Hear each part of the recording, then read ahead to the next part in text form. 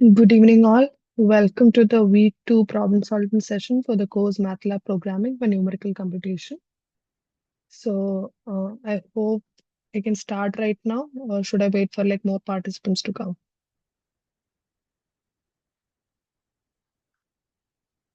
I'll wait for like 2 more minutes. Let's see if there are more participants, and then we'll start the class. Okay. And right now it's 6. We'll start at like 6:02. Meantime, anybody having any doubts? Do you have any questions to ask?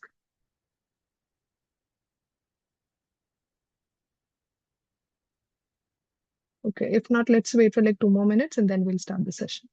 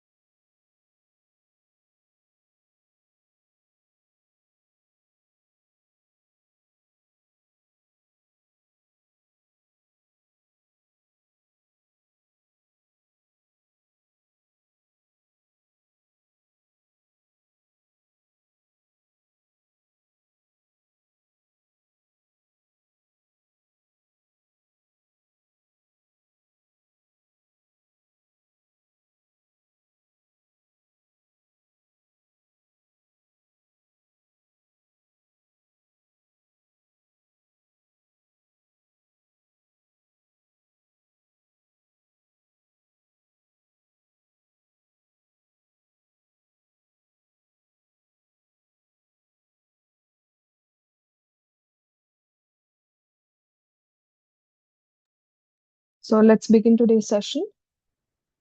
So, as I said in the previous week's live session, first we'll have a quick recap of what was discussed this week. So, in between, if you have any doubts regarding any of the videos or any of the codes that has been shared in the recorded lectures, you can ask me. So, first we'll cover that. Yes,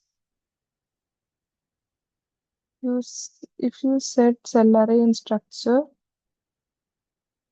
benefits above. Okay, you want me to discuss about cell array and structures, right? Yeah, we'll do that. Yeah, we'll cover it today. So I've got a message asking me to discuss cell array and structures. We'll be covering that today. So with the first half of the class, like we'll try to do a quick recap and then we'll try to solve the problems that has been discussed in the recorded lectures. So I'll show you the codes once again. So in that, if you have any doubts, you can just ask me. And next, then we'll try to solve some problems which are similar to the ones that you get for assignments. So I'll give you some time to solve the problems. It's better that you try to do it now itself. That is, like have access to Matlab while you're doing this live session. Please keep your Matlab open so that we can code together. Okay. And we'll discuss the answers also. And regarding the recordings, this every live session is recorded, and it will be uploaded in YouTube, and the YouTube link will be shared with you in the Excel sheet that has been shared. I hope everybody knows by now where do you get that Excel sheet. So the last week's recording has been uploaded. So if you guys want to go look check it, yeah, you can do that. And the PPT will also be shared to you. Like the PPT that I'm sharing with you right now, that also will be uploaded in as a drive link. That will be also available in the Excel sheet. And the codes I'll not be sharing. Whatever I type in, I'll be typing in MATLAB. That I'll not be sharing because like from the previous experiences, once we share the code, we have seen that people just like copy paste it. So we want you to write your own code. So because of that, we'll not be sharing the MATLAB codes. But other than that, the recording of the session along with you can see the code in the recording, okay? And the PPTs that I'm showing you right now will be uploaded for you, okay? So let's begin today's session. So the previous week we were doing some basics of MATLAB. We saw how to enter a vector, how to enter a matrix in MATLAB, and we saw some operations like how to addition of these operators, like addition operators, multiplication operators, how to extract a submatrix, how to find the rank of a matrix, All those things we had seen, like how to use the input command in MATLAB, how to display a certain thing in MATLAB. Then we also saw some basics like what is MATLAB scripts, what is MATLAB functions. So this week also we'll be repeating some of those topics, and we'll be trying to extend the discussion that we had last week. So this will also, you can count this week also to be an introduction to MATLAB section. So the loops and execution control, I've already discussed it last week, but this time we'll be doing it with like more examples. So let me start. So the first topic that we discussed this week was loops and execution controls. So there are various loops that are available in MATLAB. So there are two kinds of loops. One is for loop and one is while loop. So the main aim at which, like, how do you choose between these loops? Okay, so the reason for choosing between these loops is that if you're using a for loop, you need to know how many times a certain set of commands has to be repeated. Okay, for example, you know that you need to maybe add a certain number or something like that, and you need to know that, okay, I need to do it 10 times or I need to do it 15 times or something. So if that is the case, if you know the number of times a certain set of commands has to be executed, then that comes under for loop. Uh, just a second.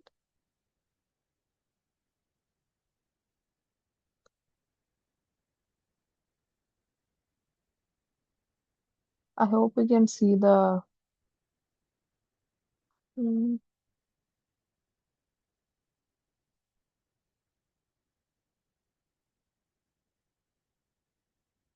okay, I hope you can see the arrow.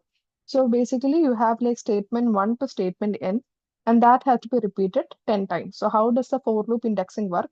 So in for loop, there will be a variable. So in this case, variable name is I.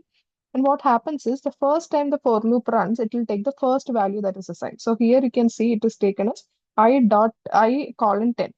And we have already seen how does the colon operator works. So this is equivalent to 1, 2, 3, and so on till 10. Okay, basically you will be getting a vector like this. So that is what is meant by I 1 to 10. So what happens is I first time then when the loop is running, I will be taking the value 1. It will take the first value. Okay. And once the statements are executed and it comes to the end statement, what happens is it will again go back to the for statement. And then I will take the next value. So I will take the value 2. Again, it will execute the statements. It will come to the end statement and again go back to the for statement. I will take the next value. So accordingly, what happens is here in this particular example, I will be taking values 1 to 10.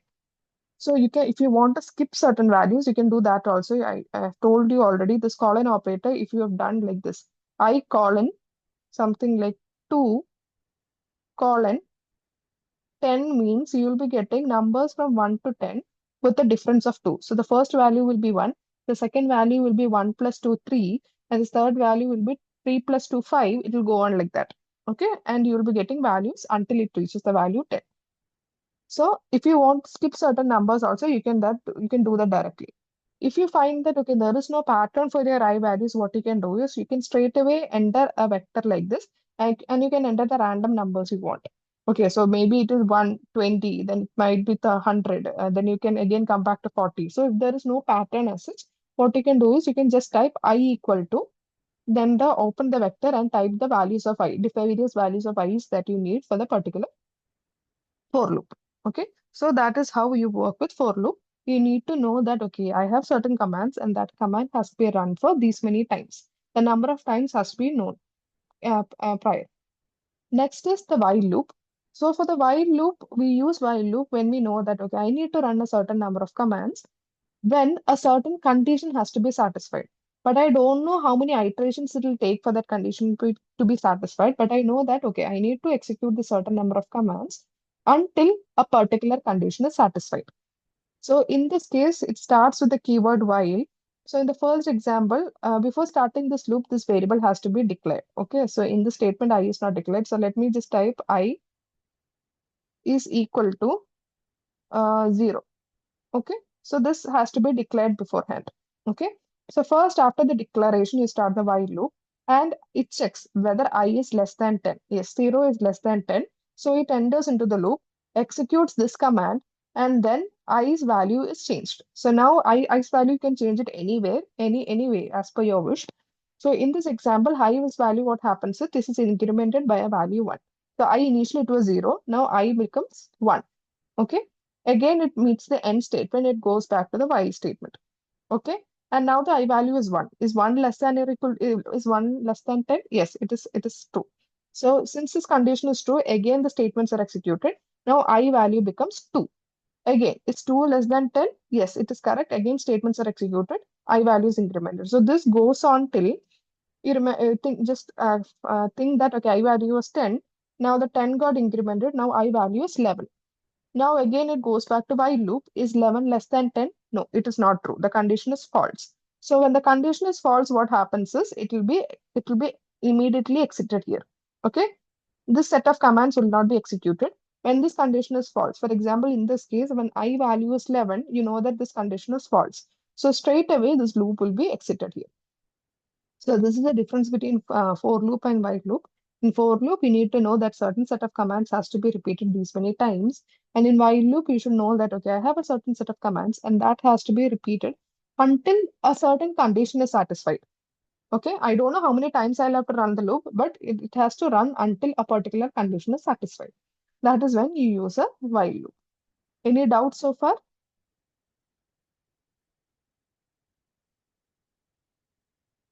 Okay.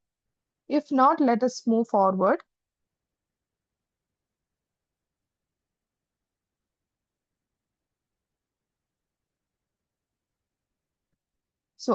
So, this is I'm sharing this from the recorded lectures. We use a for loop when a certain set of operations are to be operated a specific number of times.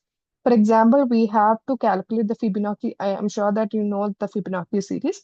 So first 10 terms of the Fibonacci series, if you want to print it, this 10 terms, okay, this number is specified for you. So then you can use a for loop. Or else if you want to print a factorial of number n, okay, that is also possible. So for those things, you can use the for loop. Okay. And when do you use a while loop?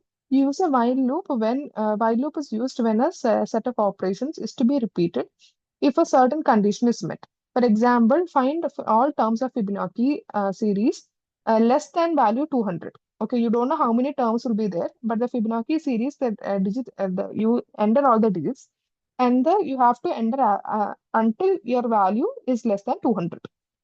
So that is a condition has to be satisfied. So that then you can use a while loop. Or else you are throwing a ball upwards. Okay, you're throwing a ball upwards, and due to gravity, the ball will come to the ground, right? So you have this equation that is governing the motion of the ball. Y is equal to V0t minus half gt square. Okay. So now we will have to calculate the location of the ball for every 0.1 seconds until it reaches the ground. Okay, so the condition is you will have to track the path of the ball until it reaches the ground. So this is also a condition. Okay, touching the ground is a condition that has to be satisfied here. So what we do is we'll try to solve some examples. Let me just quickly share Matlab.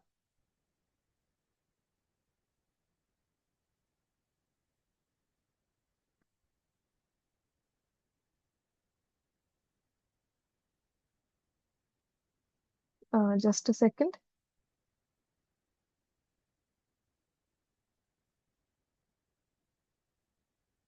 So first, let us see the Fibonacci series that we had. Okay, how to print the Fibonacci series using for loop. So this is the code that has been shared. I hope you can see. Oh, sorry, I'm not sharing Matlab. Can you guys see it now, the Matlab? Okay, this is a code that has been shared to you in the recordings already. So this is you have to print the Fibonacci series. Okay, after so let's see. So the Fibonacci series for using the for loop. So you know that n is equal to 10. And the Fibonacci series, what's the starting first two entries? The Fibonacci series first starting two entries are 1, 1. And then the next entries is basically the sum of the previous two entries. Okay. So for time being, I'll just show you how the Fibonacci series looks like. Let me just run this code and show you. Uh, so this is how the Fibonacci series looks. The Fibonacci series, the first two entries will be 1, and the next entry will be the sum of the previous two entries. So 1 plus 1, this is 2. And the next entry is 2 plus 1, that is 3. And the next entry is 3 plus 2. Okay. And the next entry will be 5 plus 3. So basically the first two entries are 1. And after that, the next entries are the sum of the previous two entries. So that's how the Fibonacci series progresses. Okay. So first, what is the question is you will have to print the first 10 digits of the Fibonacci series. So that is 1, 2, 3, 4, 5, 6, 7, 8, 9, 10. So these are the first 10 digits of the Fibonacci series. Okay. So what you do is, as you know that Fibonacci series first two digits are 1, you can directly enter that. Okay. The first entry is 1, the second entry is 1. Now you run a for loop to from the third entry to the nth entry. Okay, nth entry, from the question itself, we have got that, okay, you'll have to print the first 10. So you'll have to get the third entry to the 10th entry. And how do you get that? So Fibo, here I will be 3. For the first time, I will be 3. And for the third element, it will be the sum of I minus 1 means it will be the second entry. I minus 2 means it is the first entry. So third entry is the sum of the first entry and the third entry is the sum of the second entry plus the first entry. Is this confusing? Let me just annotate. Okay. So first value, I value will be 3. Here I value, I minus 1 means 2 and I minus 2 means 1. Okay. So the third entry, this is indexes. Okay. The third entry is the sum of the second entry and the first entry. Now I value will be, the next I value will be taking the value 4. Okay. Now what happens? Okay. When I value is 4 here, Fibo I minus 1 means it will be the third entry. Fibo I minus 2 means it will be the second entry, second index. Okay. As like that it will go. And now when n value is 10, what happens? The 10th entry is basically the sum of the 9th entry and the 8th entry. Okay. So that's how it goes. Now you are entering into the corresponding, you will be creating a vector called as Fibo. So let me just clear all the drawings. Okay. Now I'll run this code for you. This is written as a Matlab script. I've already given you a quick introduction to Matlab scripts last week, but I'll explain it to you this week again. So running this, you'll be seeing, see, these are the answers. N value is 10. Okay. I value, initially it was 1, but as the code completed running, I value became 10 again. This is how the Fibo looks like. Okay. If you want to see it printed, you can just print it in the command window, Fibo. You will be receiving the numbers here. So this is a 10 entries. If you want the first 20 entries, what do you do? Just change the n value and run it again. Okay. Fibo, I'll type it here. And you will see the 20 entries. First 20 entries of the Fibonacci series. Okay. This is the Fibonacci series using for loop. The question was, show the first 10 elements of the Fibonacci series. Okay. Now we'll see the same Fibonacci series using a while loop. Okay. Now here the condition that has been asked in the question is print the digits of the Fibonacci series until the value is less than 200. Okay. It is like the actual value of the Fibonacci series has to be less than 200. We don't know what will be the index of that, but until then I need the until then the value has to be C. So let me just clear all this. Clear to clear the workspace. Okay. And CLC is to clear the command window. Again, so using the while loop, I'm telling that, okay, let the Fibo first two values be 1. And now I'm starting the while loop. In the while loop, the condition is the Fibo, the last entry of the, so Fibo is a vector, right? Fibo end means the last entry of the Fibo vector.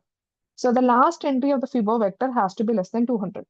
So when you start the last entry, so when this is the Fibo value, this is Fibo. What is Fibo end? Let's see what is Fibo end. Is 1. Is 1 less than 200? Yes, it is less than 200. So it will enter into the loop. Now we have a new value. Fibo new is equal to Fibo end, basically the last value, plus the previous value to it. Okay. So that will be the new Fibo value. And I'm just adding it that to the already existing vector. So what happens is Fibo new is Fibo n plus Fibo n minus 1. So the new Fibo value is 2. Now what I do is I add it to the vector. Now this was the original Fibo vector. Now I have just concatenated the new value to it. So now the new vector is this. Okay. Now I'll just clear and run it for you. And this has to be repeated until the last value of Fibo. That is the nth value of Fibo is less than 200. So when I'm running this, you'll see it like this. The first new value was 2, and now it got added here. So now it's 1, 1, 2. The next value is 3, that got added to the vector. So it's 1, 1, 2, 3. Next value is 5, again 1, 1, 2, 3, 5. Okay, like that it goes on. And you can see the last value is 233. Why is it that so? The last value got updated 233. Now the 233 is checked here, and you understand, okay, 233 is not less than 200. So then it got exited. So ideally in the question, when they are asking you for the answer, this 233 should not be printed because they want the values that is only less than 200. So what do you do is when you're printing it, you'll have to print it like this. Okay, that is Fibo 1 nt minus 1. Nt minus 1 means till the second last entry, not till the last entry, till the second last entry. So you'll be getting answers which is less than 200. Okay, you'll have to keep that in mind because only after executing this command, the value became 233. Only then it will go to the while and check again. Okay, by that time the 233 is already there in the vector. So when you're printing the answer, that is not required. So what you do is you just take the value out. So basically you'll be printing from 1 to the second last entry. That is using this command. Any doubts so far? Okay. If not, let's move to the I have the ball vertical also. Just a second. The ball thrown vertical, we'll have that example also.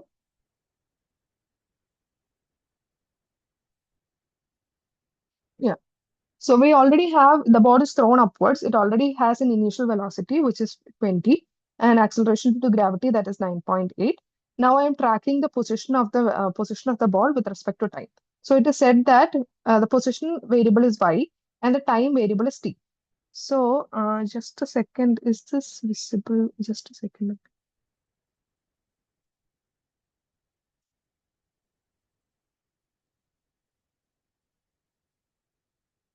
Mm,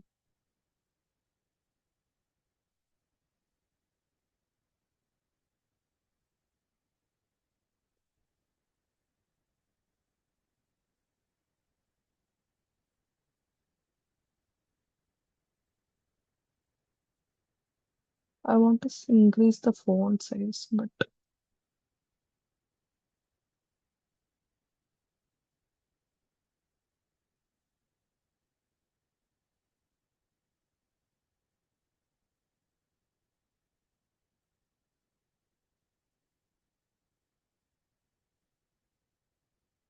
okay.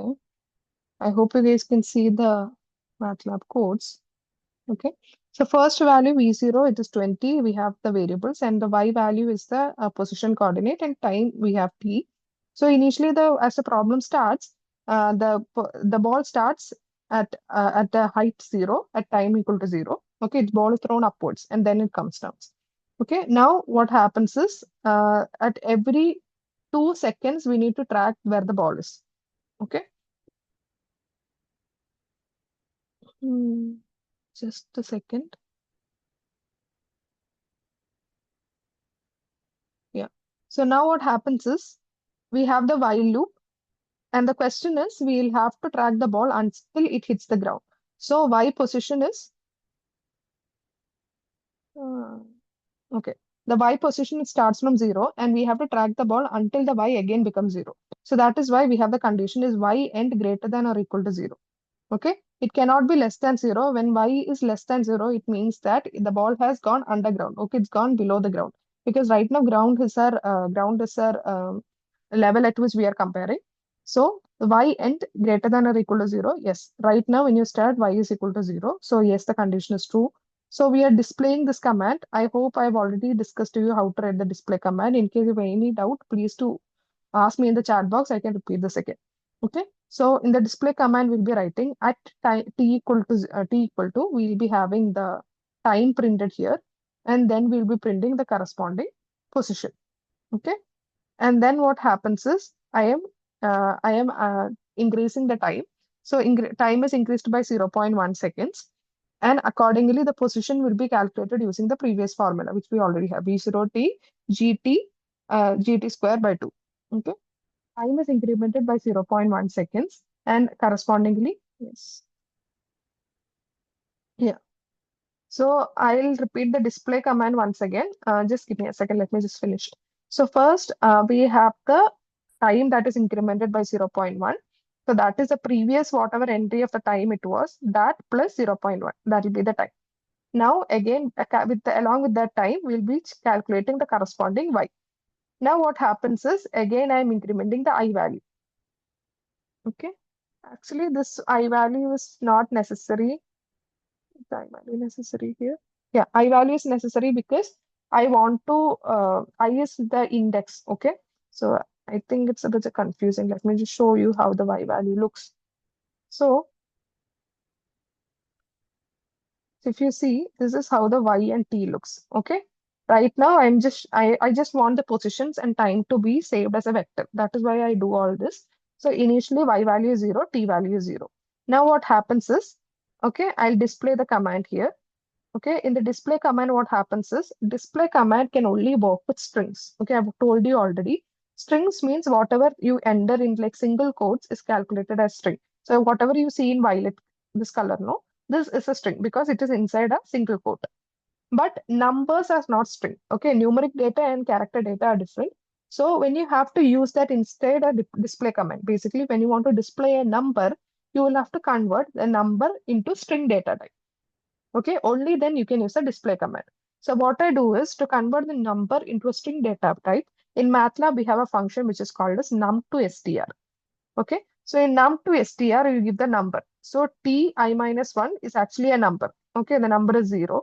So we convert the number into string, and here also the position number is converted into string.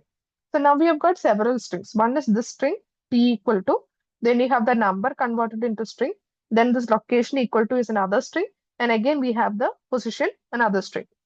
We have got 4 strings, and this 4 strings has to be joined together for printing. How do you do that? Just like you create a numeric vector using square bracket, you can create a string vector. So basically, you will put a square bracket, put all the strings in the order you want. Okay, this is the order I want, and I close the square bracket. And the square bracket thing, I put it inside the display command. Now what happens is, I'll run this command and show it to you. What happens is, see, it gets printed at t equal to 0. This got printed. And next, the type, which is converted into numerical data, that was printed. Again, comma, location equal to, that got printed. And after that, the position, which was number, it got converted into string and that got printed. So this is how the display command works. Okay, display command only works with string. So if you have numbers, please ensure that you convert the numbers into string data type using num to str. Then you put everything in a square bracket in the order you want, and then the display command will work. So once the display command is there, we have incremented time by 0.1. Okay, I value is 2. I value is 2 means I1 is, this is first I. Okay, this is a second index. So the second index of time, I'm incrementing it by 0.1 corresponding position. Now the index has been increased to the third index. Again, this goes on. So if I show you, I run this code, just a second.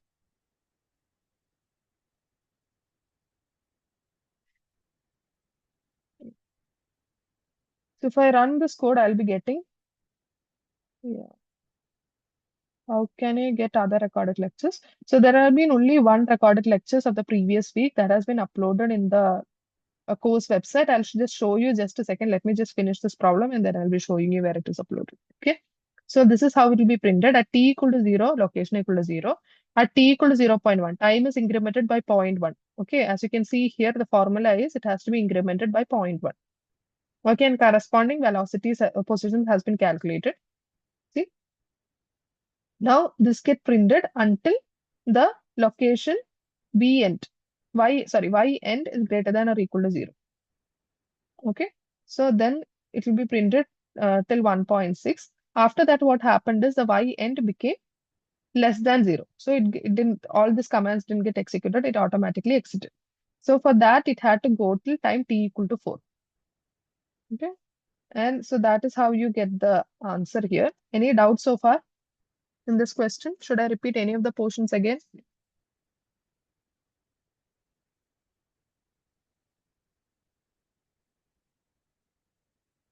Okay. If not, I'll just quickly show you where you can get the recordings. Just a second.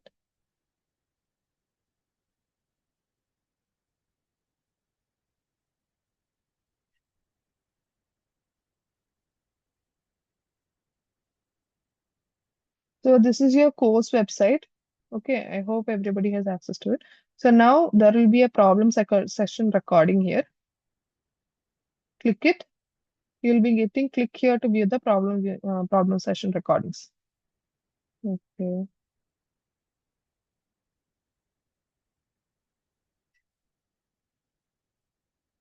Okay, you will be getting a link like this. So here I've uploaded the YouTube link. So here I'll be uploading the presentation link also. So every week I'll be uploading the YouTube links here. Okay, and you'll be also getting the PPT that I'm sharing with you right now. Okay. But I would ask you to like attend the live session as much as possible. Okay. Because in that case, if you have any doubt, you can just stop me and ask me the question then and there.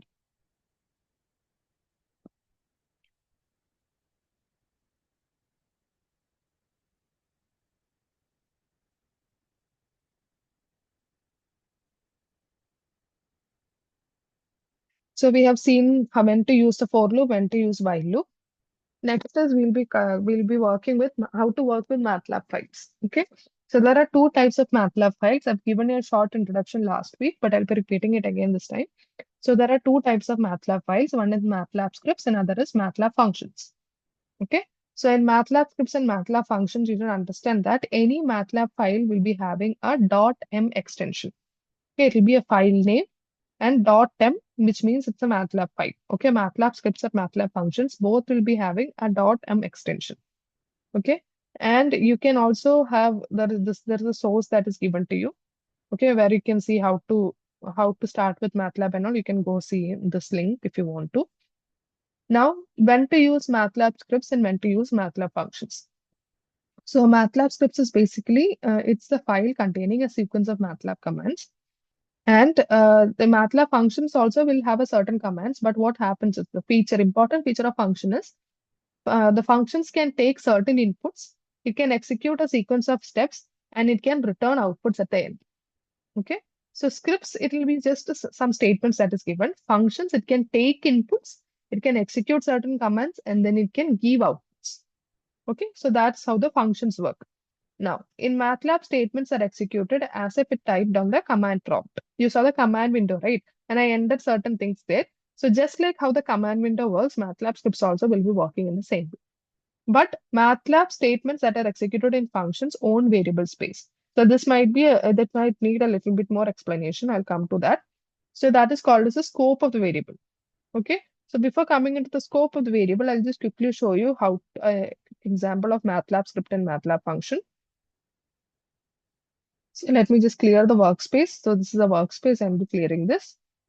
And let me just clear the command window. So this is a command window. Okay. Now this is a sample script. Okay, I'm just entering some statements here. A equal to 5, B is equal to 6 6 star A and all those things. If I put a semi and I can run the script like this. Okay. When I ran the script like this, what happened is you saw here in the workspace, you can see A is equal to 5, B is equal to 30, C is equal to 35. Basically, all the variables and their corresponding values, you can see it here. Okay, since I put semicolon, if I don't put a semicolon, what happens? Okay, I'm not putting a semicolon for these two statements. Okay, and I'm again running this.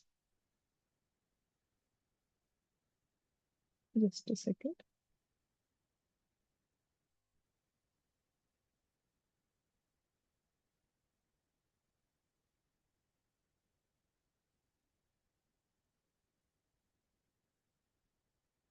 Okay, when I don't put a semicolon, what happens is Those statements gets printed here in the command window. Okay. So if you want certain things to be printed, you can just remove the semicolon. That is also fine. If you don't want to use the whole display command, you just want it to be printed in the command window as it is, you can just remove the semicolon. So as you can see, the for the b equal to 6 multiplied by a, that I put a semicolon. So that is why you can't see it printed here. So these are just MATLAB scripts. Okay, just like how we work with the command window, you can work with MATLAB scripts also. Next is a sample function that I'm showing you. So this is how a sample function looks like. It starts with the keyword function. Okay, this keyword tells MATLAB, okay, the file which I've opened right now is a function. Okay, this keyword is very, very important. And then it will have some outputs. Okay, so right now in this program, I have like three outputs, out one, out two, out three. So that is why I have put all them together in a vector. That is why that everything will be in a not in a vector, everything will be in a square bracket. If I just have one output, I can just make it like this also. This is also fine.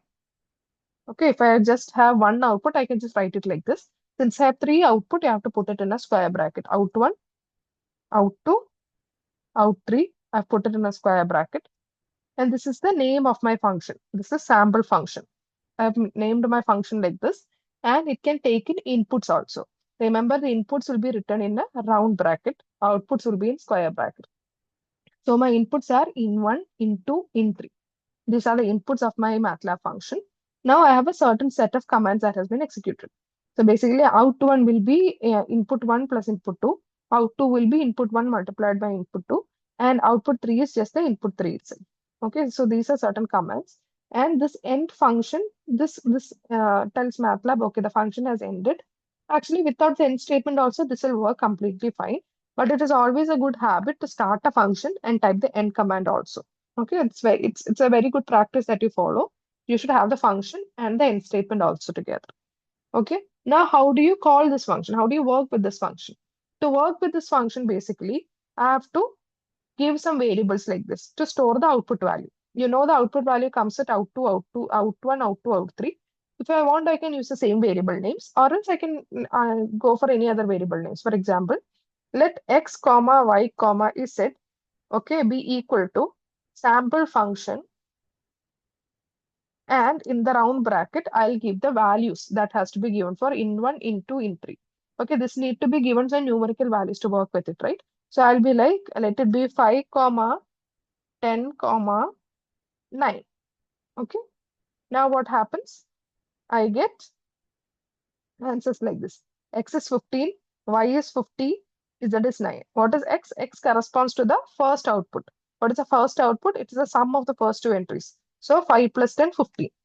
Is Y corresponds to the second output, that is out 2. Out 2 is the multiplication of first two entries, so that is 50. And Z corresponds to the third entry, that is out 3. And what is out 3? Out 3 is the input 3, so value is 9. Okay, if I don't put, I put a semicolon after the statement. No, so let me just 1 minute. I'll just clear the workspace and show you what is happening. Clear CLC, and I'm just putting a semicolon after the statement. So you can see nothing got printed in the command window, but you can see the values here, X, Y, Z, and the corresponding values. Okay, so this is how we work with a function. Okay, you have the function keyword, you have certain outputs, which is there in square brackets. Remember that, equal to the name of the function and inputs in the round bracket. You have certain commands, then you have the end statement. When you need to call a function, you can just give the some variables to store the output values, equal to, call the exact name of the function, and now for the inputs, you give some numbers that is assigned. Now, how to save a sample function? Okay, so now I'll show you the difference. Okay, so the thing is, every function, when you're saving a MATLAB function, the function name should be same as the script, the file name should be same as the function name. Okay, this might be a bit confusing. I'll show you one example here. Okay, this is a normal script. So I'm just typing h is equal to 10. Okay, now I'm going to MATLAB. Let me click on save. Now MATLAB is asking me what name should I enter. Should I type untitled 6 or like what name should I enter? So I can give any name. Okay, there is no restriction here. I can type any name, but it should start with a letter. Don't start with a number and all, but I can give any name. Okay, for example, it's like a test problem. Test problem. I'm just typing it like this. Okay. It gets saved. Automatically, you can see here the test problem, it is saved and this is there. So saving MATLAB script is completely, it is not a headache. But when you are saving a MATLAB function, for example, I am typing function, I am typing h is equal to uh, func, and then I'm taking an input like g, and I'm having a function h is equal to g plus 10 and int. Okay, now I have a MATLAB function here. Now I'm saving the MATLAB function. They will ask me what the file name is. See, automatically you see this function name and the MATLAB suggested file name is the same. Okay, it is very important that you save the file name as same as a function name. Don't go and change it to something like something. Don't type here funct and all. Don't even change the spelling. Don't do anything. Okay, save the file name same as the function name. So it should be func.m itself. Okay, and just save it. What happens is if you have a different file name and a different function name, MATLAB will not be able to identify your function. Okay, so it's very important that when you save a MATLAB function, the function name and the file name is the same.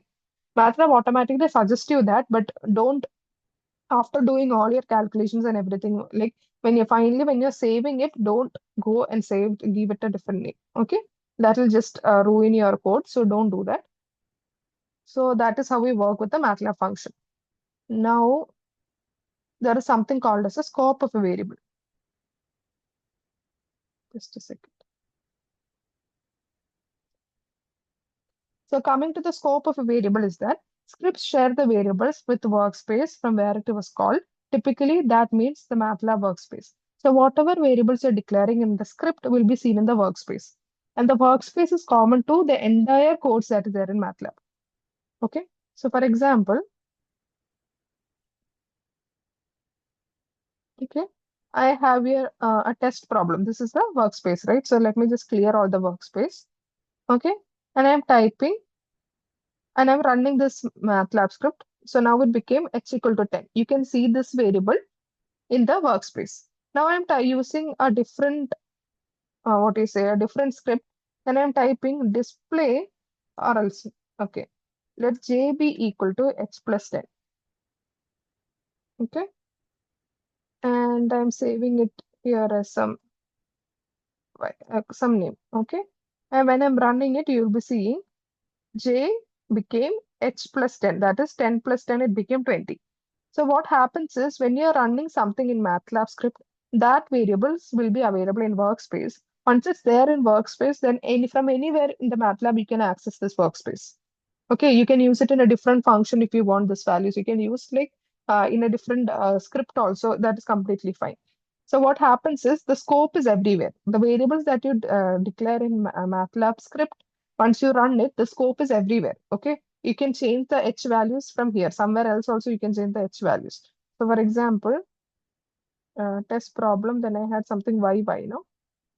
So if I want to open a file, instead of trying finding a file here, if I know the file name, I can just type edit yy.m. It will open. Okay, this is another way to open it. And I'm typing h is equal to h plus 10. Okay, and I'm running this. Now we'll see the h value got updated. See, that is what, when you're writing a MATLAB script, that's variable will be available everywhere. So if I'm declaring a value in one script, and if I modify the value in some other script, what happens is the value will be overwritten. So you have to be very careful, okay, whether to make it like confined to that particular script or like whether you want it like available everywhere in MATLAB. Next is MATLAB function. The difference in MATLAB function is that the variables that you declare in its function has its own workspace. Okay, that is like a private property of the function. Okay, outside that function, that variables will not exist. Outside the function, when you're using that variable, the MATLAB will be like, sorry, we don't know what the variable is. Okay, so the variable has its own workspace. The variables used in function have a local scope. Okay, so like this, I'll just show you here. You have here a sample function, right? I had a previous command like this. Okay, I have like a previous command like this. So in the sample function, you have the variable in1, in2, in3. So let me just type here in1.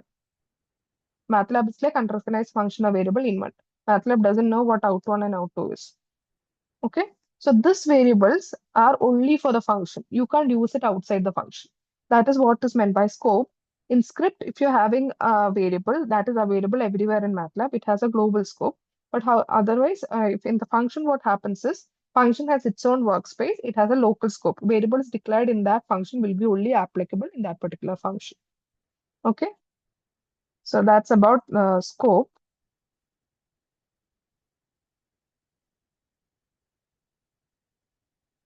Any doubts? Okay. Now we'll be seeing how to write. So the question is write a script to calculate the factorial. So you have to calculate the factorial of the number n, and you know the factorial formula is you have to do the multiplication of every number before n. Okay, that's how the n factorial is 1 plus 2 1 multiplied by 2 multiplied by 3 multiplied till the number n. So let's write a MATLAB script for that.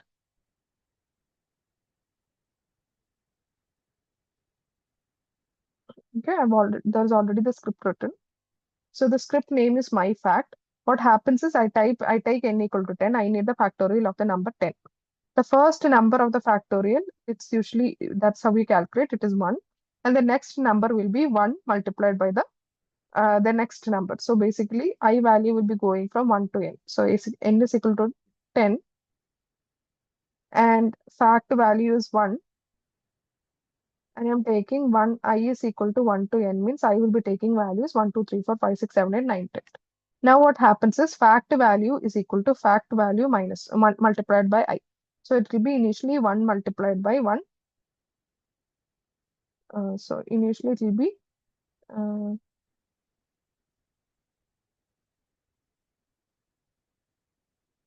so initially it will be 1 multiplied by 1, that is equal to 2, and next it will be 2 multiplied by factor value will become, sorry, 1 multiplied by 1 is 1, and next is factor value will become 1 multiplied by 2 because I became 2 here. Okay, so that is here when this is when I is equal to 1, and this is when I is equal to 2. Okay, that becomes 3 here. Next is I is equal to 3. Okay, I value keeps incrementing, right? So what is a factor value now? It is 3. And that is 3 multiplied by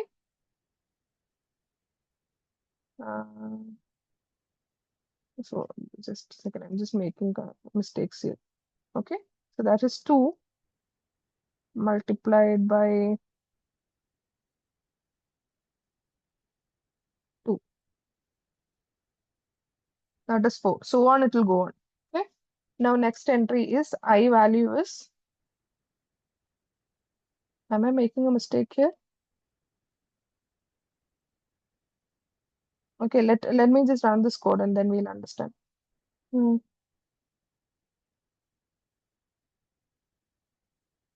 just a second. Yeah. So right now, we'll have to remove this one also.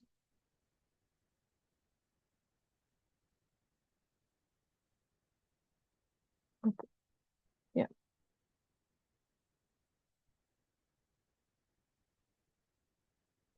Just a second.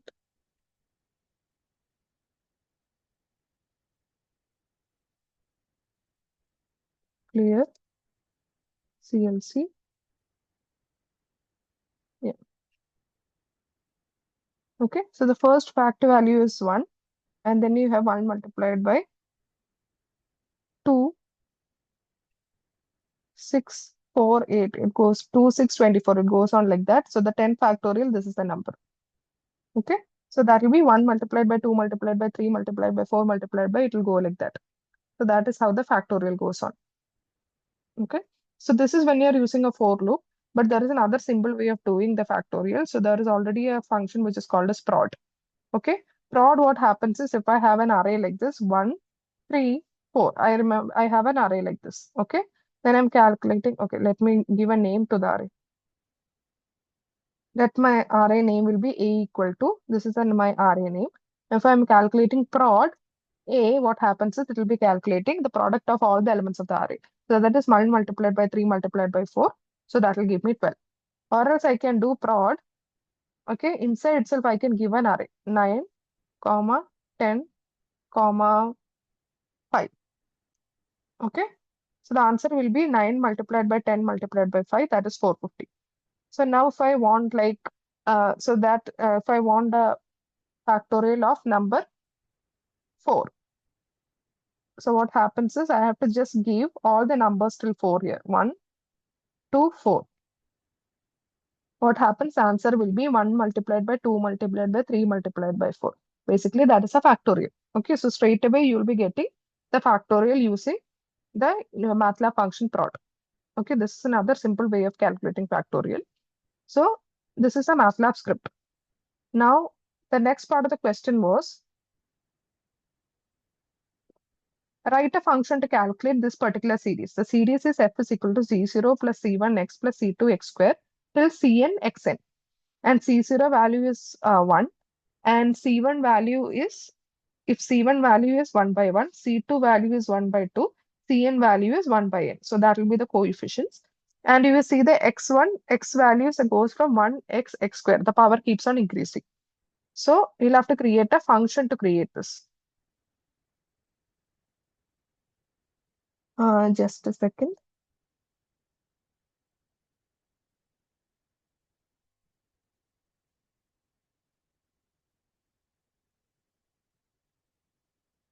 Yeah. So this is a function that I've created here. The function's output comes, you have the keyword function. This is what is the output variable result equal to, this is my function name, myfunc. It takes in two input variables, the n and the x value. Okay. So the n is basically till how many entries you want, till x square, x square, x cube, x raised to 4, till x raised to n, right? So what is the power? That n has to be given here. And for which value? What is the value for x? So that are the two variables that you give. Now what you can do is you can separate the coefficients as one array and you can separate the power of x's as another array. And what you can do is you can do element-wise multiplication. Okay. So first we create the coefficient array. The first coefficient is 1 and the next coefficients and we create a vector here 1 to n. So basically you are creating a vector from 1 to 10. Then what happens is you are creating a vector of coefficients. So that will be this like this. Okay, so if I show you the coefficient, first coefficient is 1, second coefficient is again 1 by 1, third coefficient is 1 by 2, this is 1 by 3, 1 by 4, 1 by 5, and so on. Okay, so you've created the coefficients here. Okay, next is create a vector of powers. So the first power is basically, if you look at the equation, sorry, this is x raised to 0, basically 1. This is x raised to 1, this is x squared till xn. Okay, so first entry is 1, second entry is x raised to 1, next is x raised to 2, then is x raised to 3, x raised to 4, so on. Okay, so this is A. Because the x is not given. So that will be calculating all the x powers. Then what you do is you have to print the result. You have to do the element-wise multiplication of the coefficient vector and the power of x vector, and you'll have to calculate the sum. Okay, so this is what the function does. Now, when you want to run the function, what do? You give a variable name answer is equal to myfunc. I want to calculate till power 6 and the x value let it be 0.1. Okay, so the final answer is 1.1054. That is the sum of that particular series. Okay, any question? If you want, you can do for a different x value also for 0.2. It's x value, you can do it here. If you want, you can calculate till 0.2 raised to 10. So the power n value has to be changed. You'll be getting the answers. Any doubts?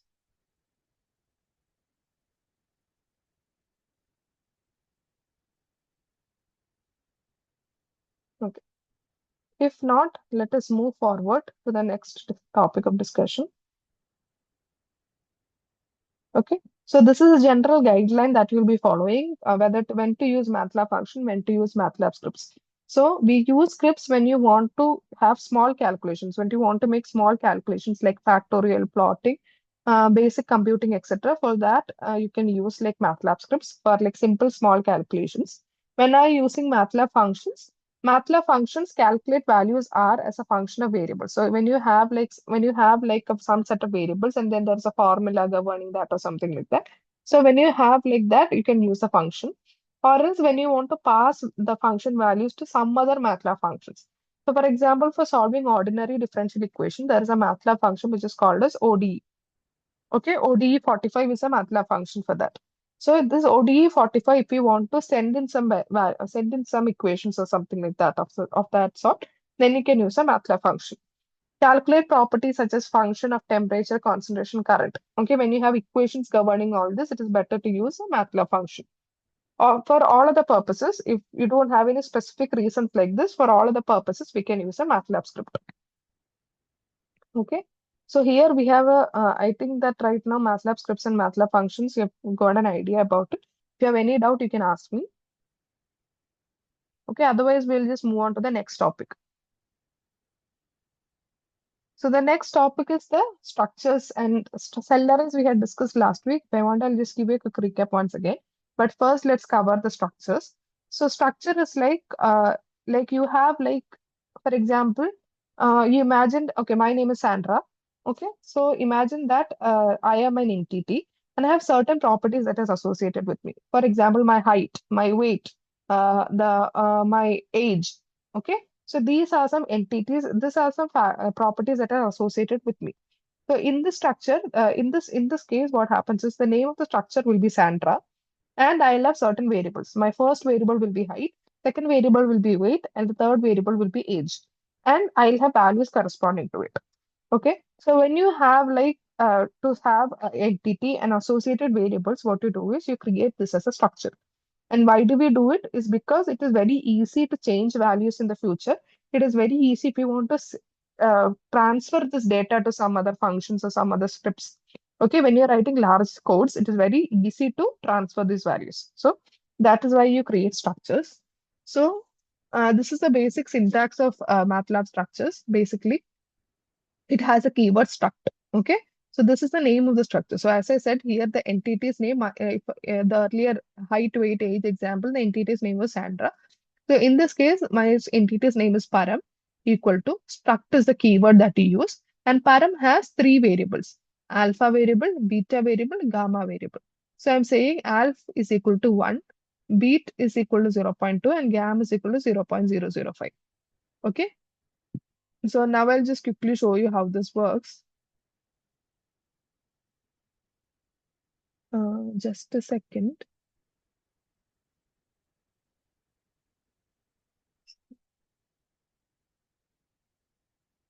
Mm, okay. So I have an example here. Okay. So I have param. It is structured as a keyword. I'm saying alpha is the variable that has to be 1, beta is 0.2, and gamma is 0.5. Okay. Now here in the workspace, you'll be seeing a variable like this. Param is a one by one structure. Let's open this.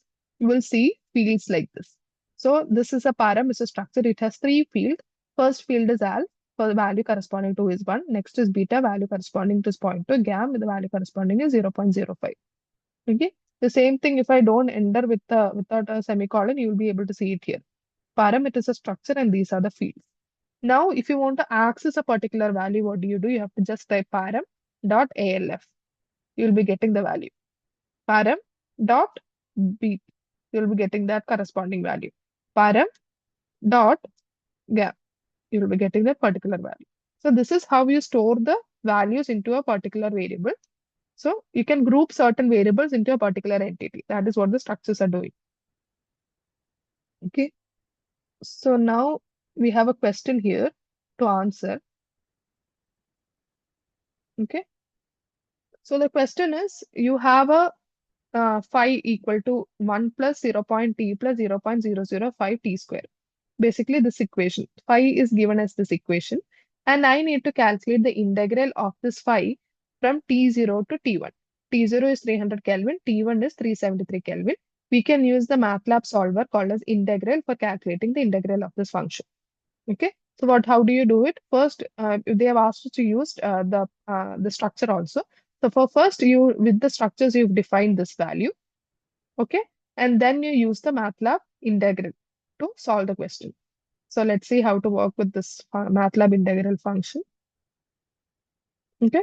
First, my initial temperature is T0 is 300, T1 is 373, and my H0 is a constant value.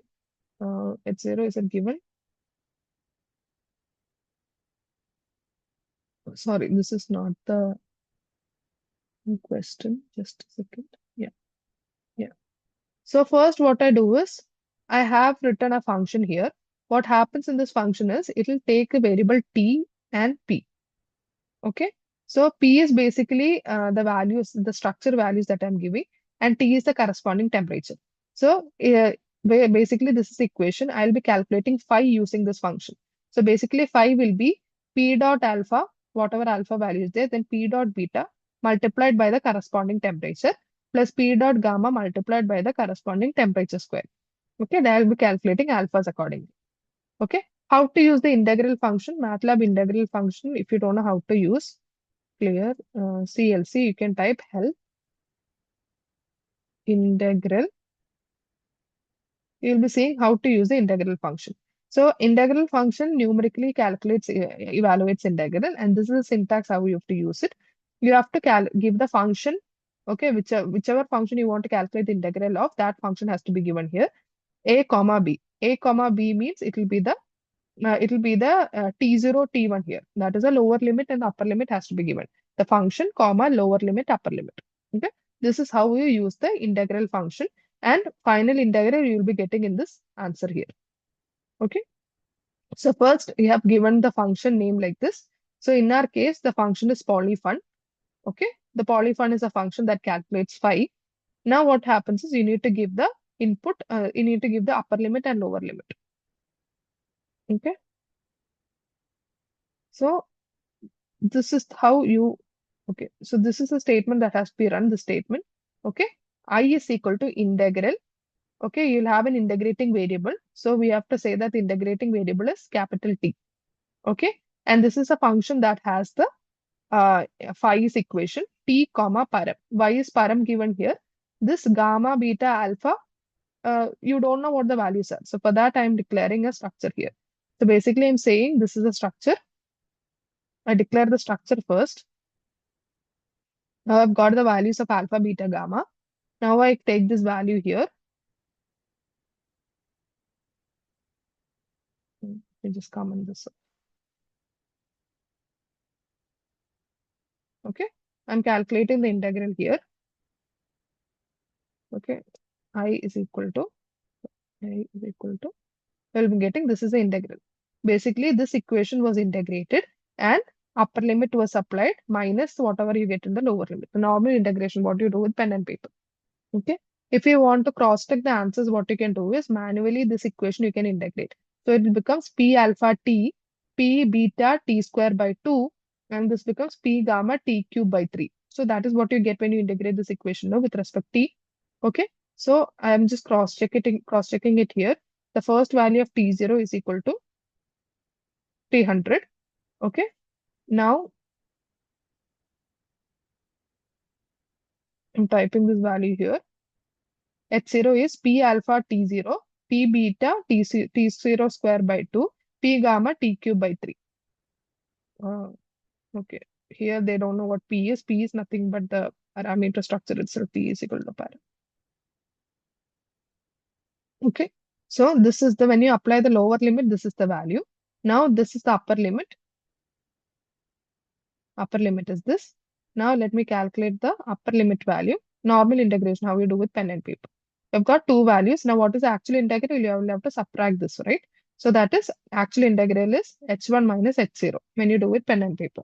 So that value is 4.6748 e raised to 04. Earlier also you got, what was the value? You got capital I. I'll just print what is capital I. Earlier also you got the same value, 4.6478 e raised to 04. Okay, so that is how we work with integral, the MATLAB function integral.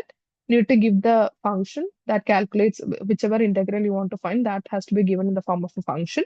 You give the lower limit and the upper limit. Okay, and variables you can give it as a parameter structure. I hope this is clear. Any doubts?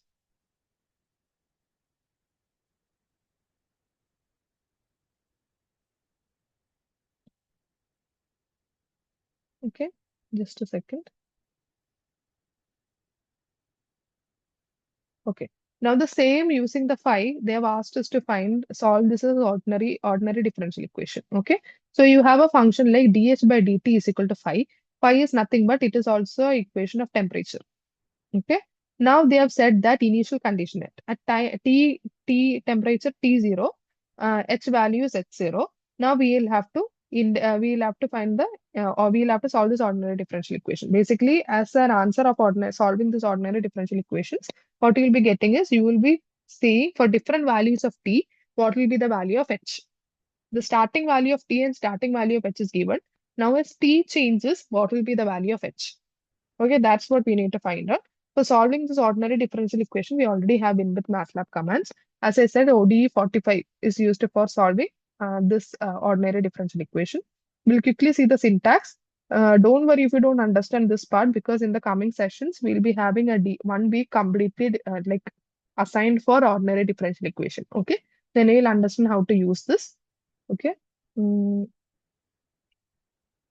so in this case, what happens is you've already written polyfund. So this is a general syntax of ODE 45. Okay. So you have the corresponding temperatures and corresponding H values. So for that, saving that, we'll have a variable here for temperatures. This is for the corresponding H values. You will call ODE 45. Okay. Then you will call the function which has the differential equation. Basically this part. You'll have to save this part. Okay. The right hand side of the equation has to be saved in a particular function. The right hand side is 5, and you've already written the function polyfund for saving it, right? There is the polyfund. Yeah, we've already written this function for saving the phi value. So that part is already done. Then you have to give till which temperatures you wanted to study the still what is the temperature range that you intend to. So that is now T0, that is 300, to T1, that is 373. Okay. And when at temperature T0, what is the value of H? That is H0. So this is the this is called as a span, and this is called as the initial condition. Okay, this is a general syntax of the ODE 45. First, you have the outputs, ODE 45, the keyword. Then you have to enter the function which has the right hand side of the equation. Then this is a span you intend to calculate, and this is the initial value of the H. Now what I do is I directly run this. Okay, you get here in the, you'll see T sol and H sol. See, T sol and H sol. This means for temperature T equal to 300, H value is 54300. Okay. Likewise, it goes for T equal to 301,825, H value is 5.5238 e raised to 04. Likewise, it goes till T equal to 373, H value will become 1.0078 e raised to 05. So for corresponding temperatures, you will understand what are the corresponding H values. So this is what solving ordinary differential equation gives you. It gives you the evolution of H value as a function of T value, as a function of temperature value. Is this clear? Any doubts?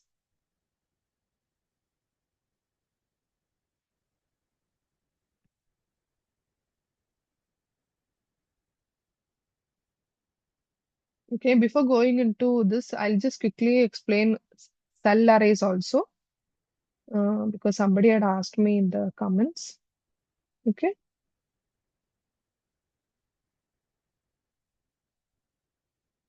Mm,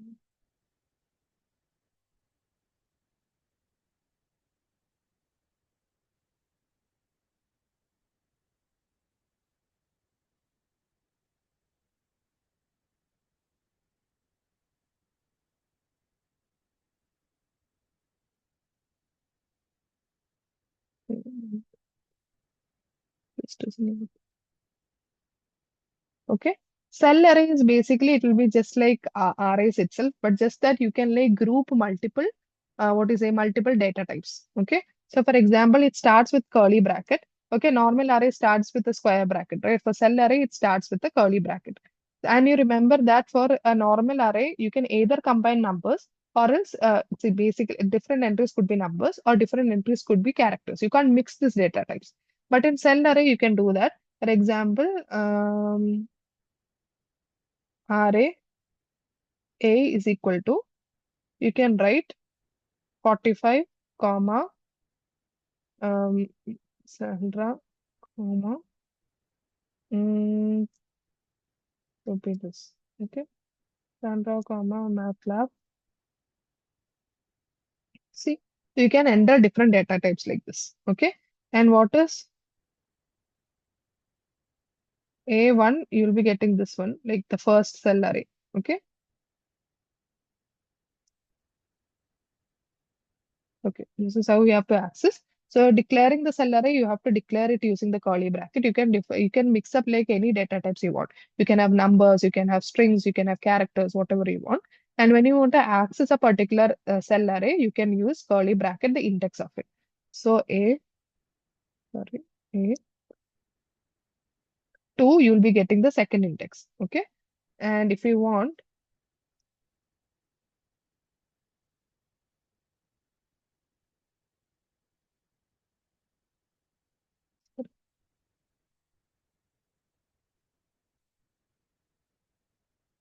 okay.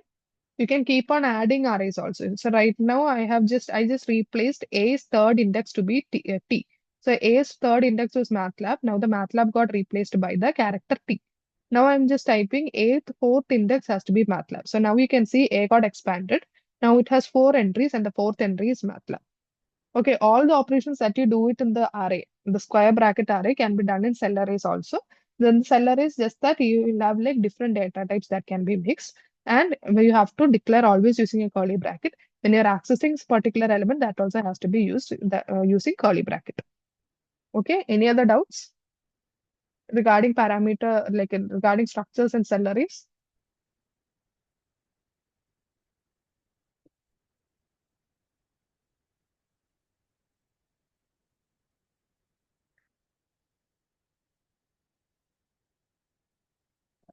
Okay. If not, let's go to the PPT again. So, what is a better writing better in MATLAB functions? Like, what is the usual practice we need to follow? So, basically, MATLAB will any code that you write should have like two blocks. One is the input block, next is the computation block, and next is the output block. Okay, and declare the variables. Yes, I have got a question here. Structure and script can be mixed. I didn't get the question. Structure is like a data type. Like you can have several variable names mixed in structures. Structure is like it will save all the variables. For example, if I name the structure name Sandra, I can save my height, my weight, my age, such things. Okay, that is a structure. It's a kind of a variable. And script is a MATLAB file. Okay, structure and script can be mixed. I don't get that question exactly. If you have like still structure and function done with mixed similarity. Okay, fine. Um,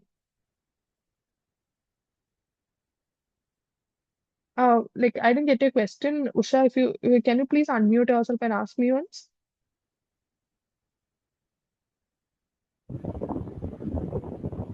Yeah.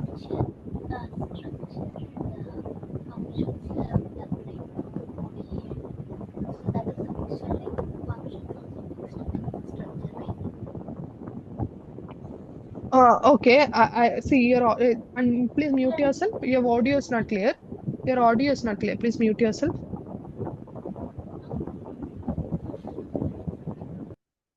Okay. So I think what you've said is, can we use structure in a script?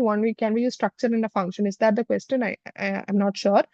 Yes, structure can be used anywhere. Okay. While you're writing a script, you can write a structure in that. When you're writing a function, you can write a structure in that. For example, when you saw this polyfund here, mm, share the polyfund that you saw here, this was a MATLAB function. See, you have written a structure inside it, right? So Uh, okay, this is a structure example. Okay, I shall show you. My let clear. Okay, CLC.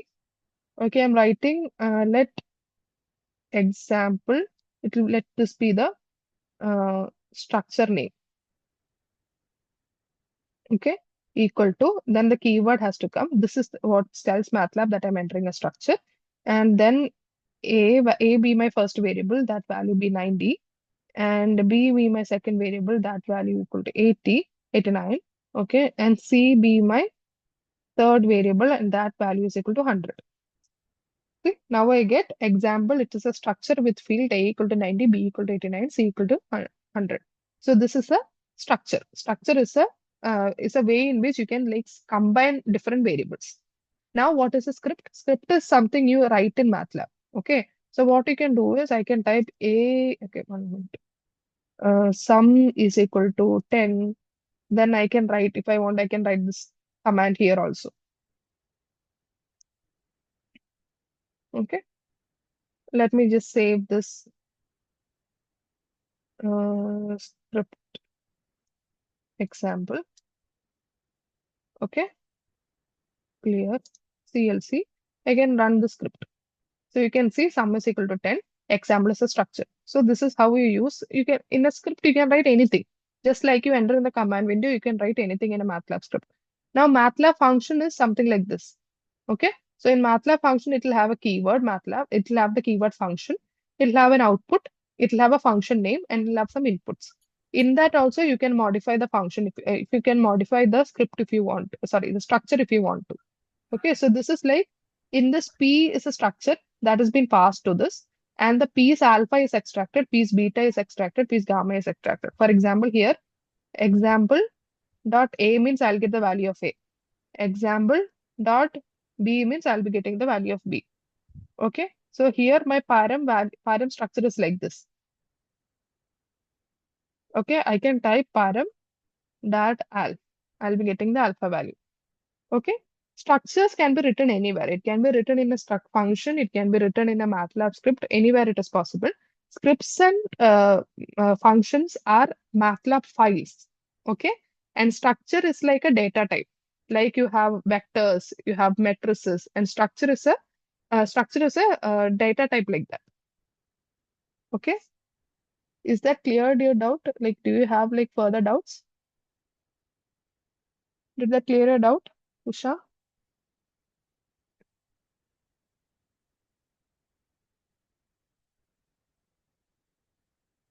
Okay. Then let's go to this writing practices. So this might be the usual way everybody writes MATLAB functions. MATLAB function or MATLAB scripts, that is first you declare all the variables and then you calculate what is the final equation that you want to calculate, you write it. This is a usual way of writing MATLAB code. This is not wrong. This is completely fine. But the problem with writing this code is like in future, if you want to change certain values, you have to be very careful. You have to make sure you change everywhere and you have to make sure you don't make a mistakes. Okay. So that is one way of doing it. Otherwise, you can combine all this alpha, beta, gamma into a structure. Okay, here you can see par as a structure. So that is why I've called par dot alpha, par dot beta, par dot gamma. So there are several ways of like writing the code. It will have an input block, it will have a computation block, and there will be an output block. And it is very important that you write comments. Okay.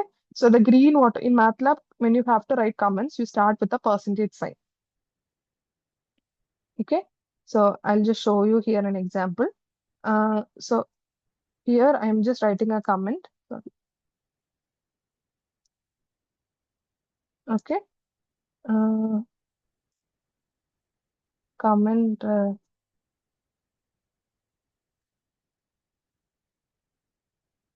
You can write comments here. Okay. That is single percentage sign. If you're putting double percentage sign, you can see a blue line that appeared. What happens is your entire code can be divided into sections.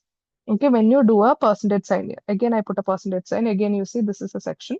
So this is like, I can type here commands like this. B is equal to 7 multiplied by 9. Sorry.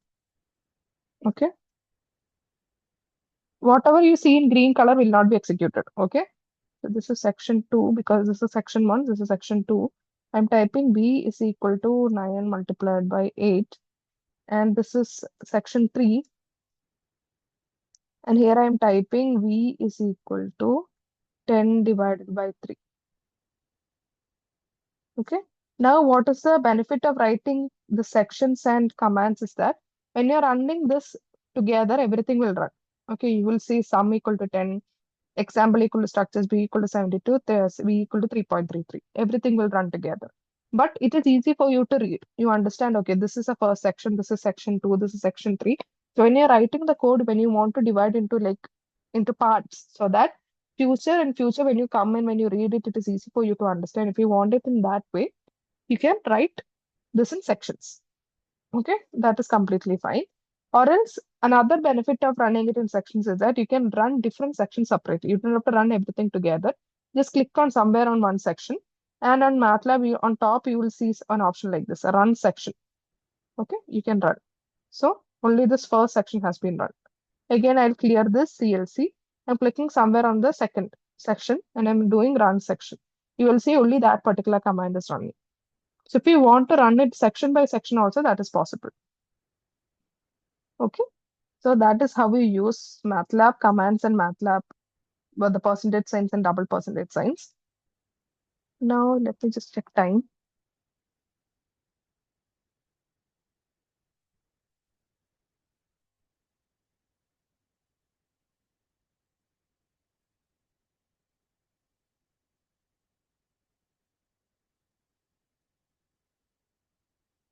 Okay. So this is it's already 7:20. So what do I do right now is I'll give you certain problem statements. Okay. If you have MATLAB, please open your MATLAB and try to solve this question. Write the few, this will be just few lines of comments.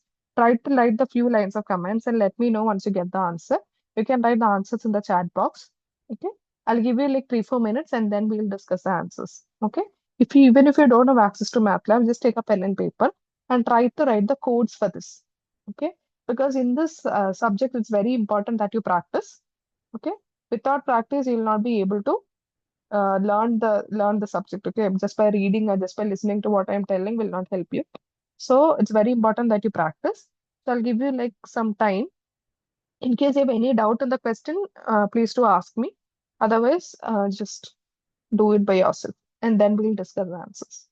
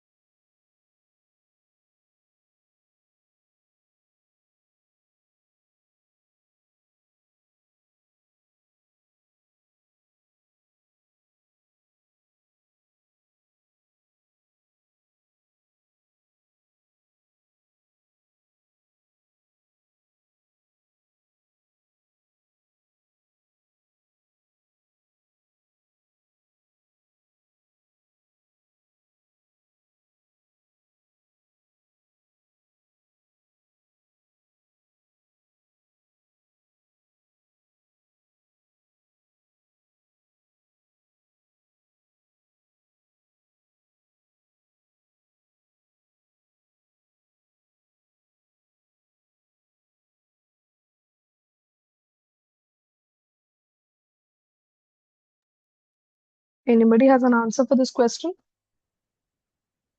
So the question asks you is to create a function. The function name should be solve fun.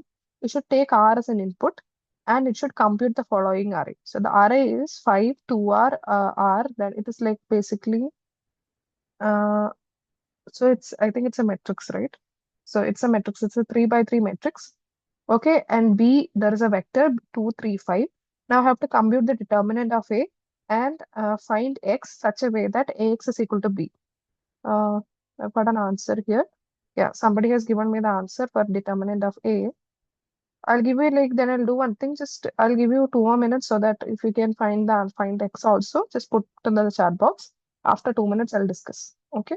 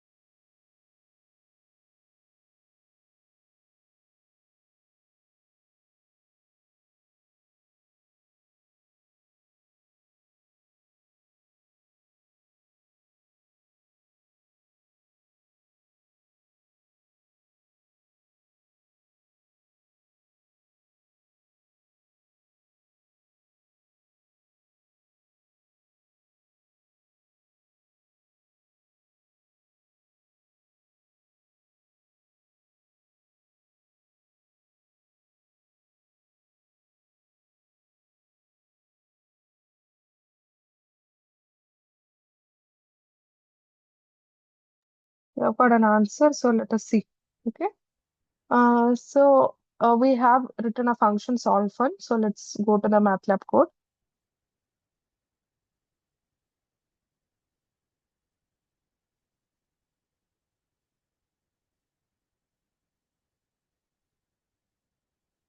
Okay.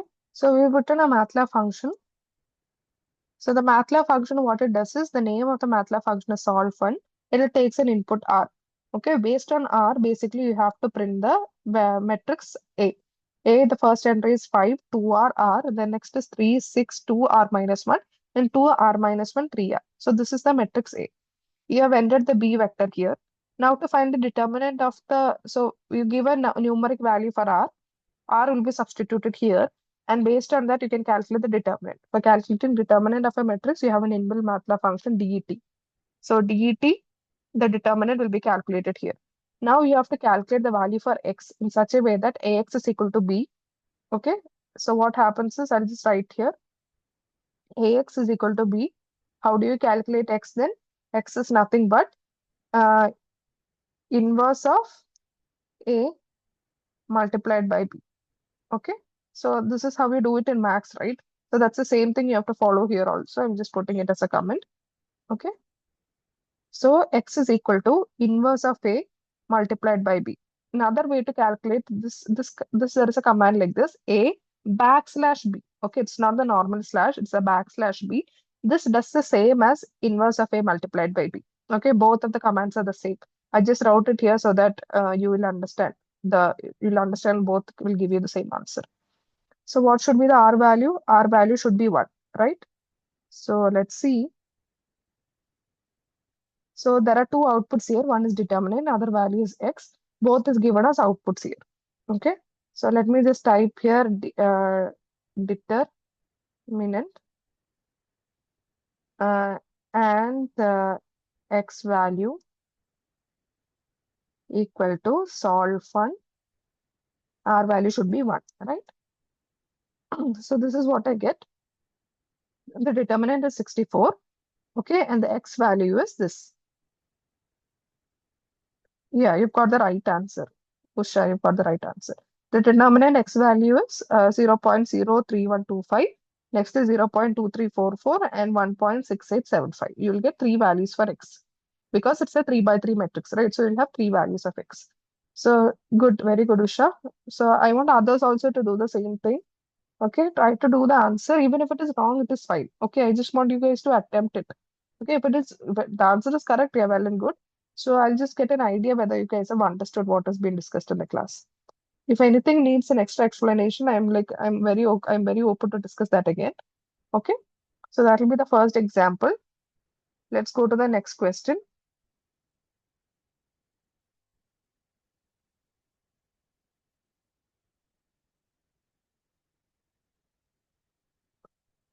So right now you should use a while loop to find all powers of 2, which is less than 100.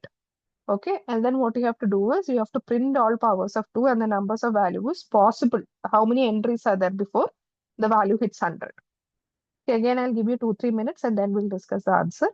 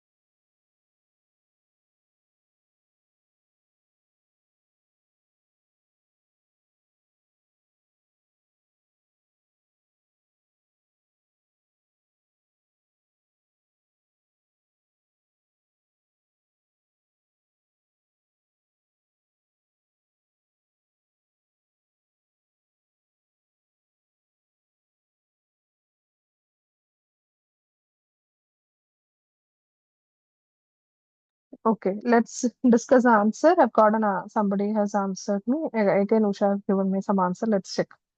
So we have to create a while loop so that we can print the power of 2, so which is less than 100. So yeah, I've got another answer from Fia also. Let's see. So here, first, I will just have the clear CLC commands. If you see, every time I print it here, right? So that is not a very good habit. You can write directly in the code itself because that is like every time you run the code, that first everything is cleared and then you run the code. So now I'm creating an empty matrix so that I can save the powers of 2's here. Okay, empty. This is an empty vector.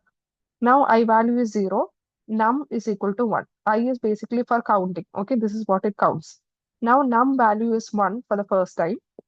Now I am taking while num is less than 100. So basically num will be the power. Okay, the power 2 raised to something. That something will be uh, num here. Okay, num is a variable that is doing that. So first power will be 1. 1 is less than 100. So what I'll do is num is equal to, sorry, num is not the power. The final answer 2 raised to something has to be less than 100, right? Okay. So that number is what I'm declaring initially. That number, to begin the loop, it has to be some value less than 100. So first I'm just declaring it to be 1. 1 is less than 100. So now the new num value is 2 raised to I. Okay. I value is 0. So basically 2 raised to 0 will come. Okay. So I think I should have declared it to be 1. Let's see the answer. Okay. So the values, the num will be added to the value vector. Now the I value will be incremented. In the next one, it will be 2 raised to 1, it will be 2 raised to 2, 2 raised to 3, etc. Until the 2 raised to something, that value num is less than 100. So let's run this and see what happens. Okay, let's see what are the values. Okay, this is 2 raised to 0, 2 raised to 1, 2 raised to 2, 2 raised to 3, like that. So 1, 2, 3, 4, 5, 6, 7. So basically this high value has to be 1. Okay, nobody does 2 raised to 0. Okay, so I think it's better to run it like this. Okay, so basically the values were, let me just print the values. So this is 2 raised to 1, this is 2 raised to 2, this is 2 raised to 3, 2 raised to 4, 2 raised to 5, 2 raised to 6, and 2 raised to 8. So how many entries are there? 1, 2, 3, 4, 5, 6, 7. Okay, beyond 128, what happens is, the 128 entry. Just a second. Okay, it has to be below 100, right? So for the 128 entry will not be below 100. This entry is actually greater than 100. Okay, right. So what I have to do is you have to print only values from 1 to n minus 1. That is values from first to entry to the second last entry is only required. Okay, so that is 1, 2, 3, 4, 5. Sorry, 6 entries. Okay. So there is like a clarity missing in the question whether to start from 2 raised to 0 or 2 raised to 1. Actually, if you're starting from 2 raised to 1, before 100, you have like 6 entries. If you're starting from 2 raised to 0, before reaching the value 100, you have 7 entries. Okay, that has to be cleared in the question. So yeah, 6 or 7. That will be the correct answer. I hope you've got the understanding. So the while loop, what happens is the num value gets changing, and once the num is less than 100, it gets out of the loop. But understand that it will only get out of the loop once the number has gone beyond 100. So that is why num has gone beyond 100. It became 128. Now 123 is less than 100. That is why it came out of the loop.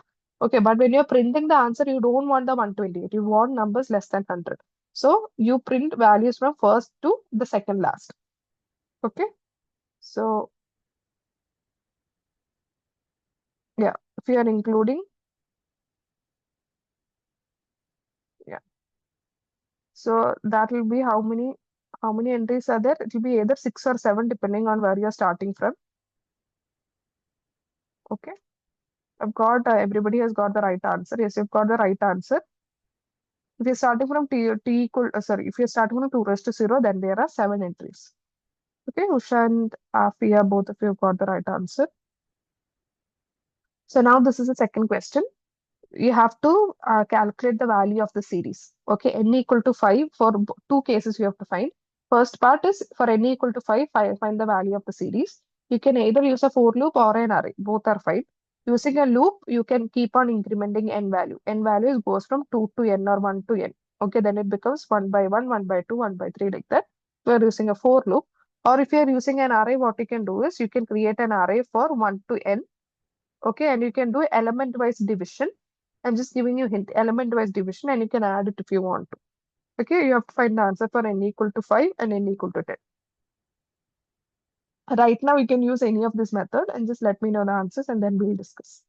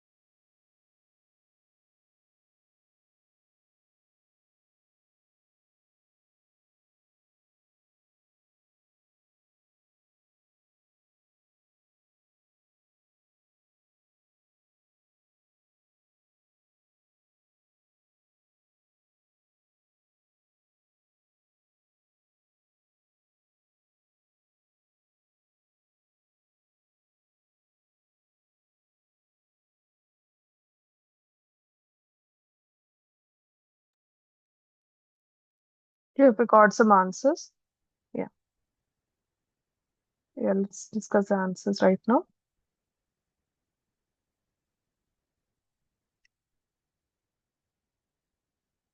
So we have first using for loop, this is how we calculate. For n equal to 5, I have a value for sum, I'm declaring it to be 0, sum is equal to 0. I run the loop for I equal to 1 to n. And the command is s is equal to s plus I by 1 by I. So basically, first value will be 0, then it will become 1 divided by 1. Next, it will become already the sum will become 1 then. Okay, it will be updated to 1. Then it will become that previous sum plus 1 divided by 2. Then again, it will be updated. Then it will be 1 divided by 3. Again, it will keep on adding. Okay. So this is what I get when I am displaying this, running this section. I get using the loop, if n equal to 5, my value is 2.82833. If n equal to 10, my answer is 2.929. So yes, both of you have got the right answer. I think, okay, this time I have like Usha, Dikshita, and Afia giving me the right answers. Yeah, very good. So I'll just show you the commands using array also. This is using for loop. Using array, what do you do? Like you can see that the denominators keep changing as 1, 2, 3, 4. So create an array for that. So n is equal to 1 to n. Okay, n is declared as 10 something here. So sum is equal to, you have to do the element wise sum. Okay, so that will become first term is 1 by 1, next is 1 by 2, next is 1 by 3. So basically you have 1 by 1, 1 by 2, 1 by 3 like this. So let it be, let us see. What is n value? N value is this. What is 1 by dot slash means it is element wise division. So it is 1 by 2, 1 by 1, 1 by 2, 1 by 3, 1 by 4, so on. And then you calculate the sum of it. Okay, I'll just run this section. You'll get the same answer. For n equal to 10, you'll be getting 2.929. So this is the code here. I'm just showing you the code in case you have any doubt. How to do with for loop, how to do with R. I hope it is clear. Let's move on to the next question then. So this is the plot function. This is just a quick recap of what we did in last week. We have three plots here, y1 equal to sin x, y2 equal to cos x, and y3 is equal to sin x cos x. Okay, we need to plot a single plot for x ranging from 2 to 2 pi. Okay, x ranging from 2 to 2 pi, and there are three y values. Okay, and you have to make the line width equal to 2. You have to add legends, you have to add x label, y label. And also the thing is y1, sorry, this curve has to be green dotted lines. Next curve has to be red dashed lines, and the next curve has to be black solid line.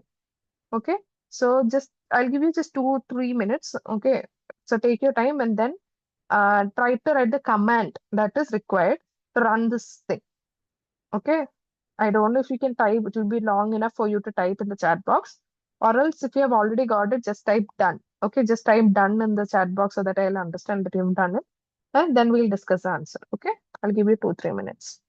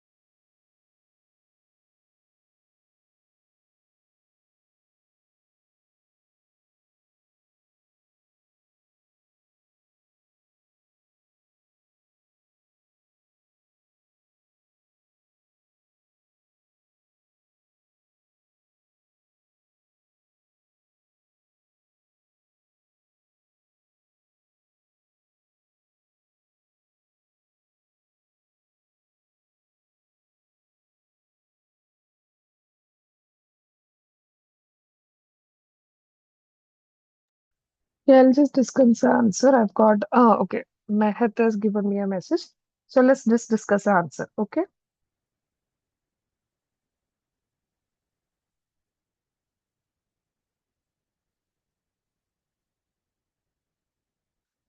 Okay. So this is X value goes ranging from 0 to 2 pi. I've got one more answer. Yes, Afia.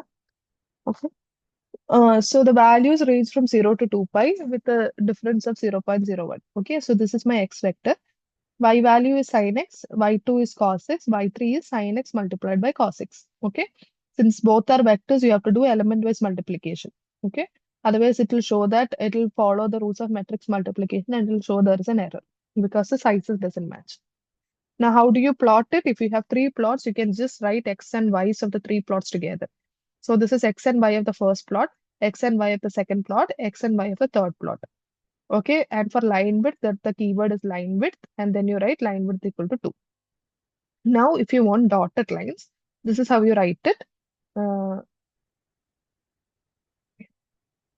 just a second. Yeah.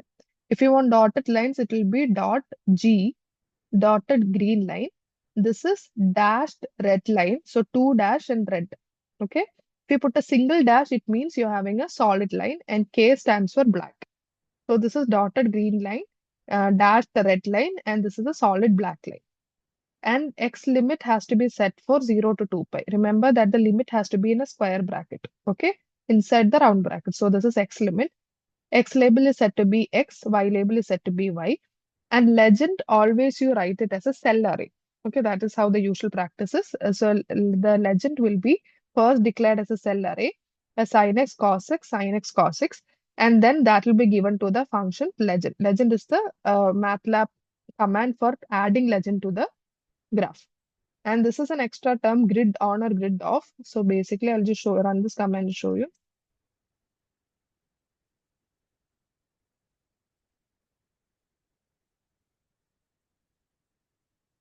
You'll be getting a graph like this. Okay, a dotted green line.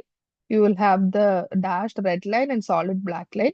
Grid is this that you see. Okay, the squares that you see. If you type grid, if you don't type anything, there will not be any grid. Since I typed the grid on, you will be able to see the grids there. Okay, and then the legends are there: sin x, cos x, sin x, cos x. X label is x, y label is y.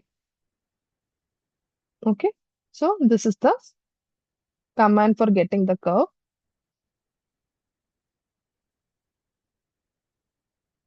Okay, let's solve this question, and I think we might run out of time.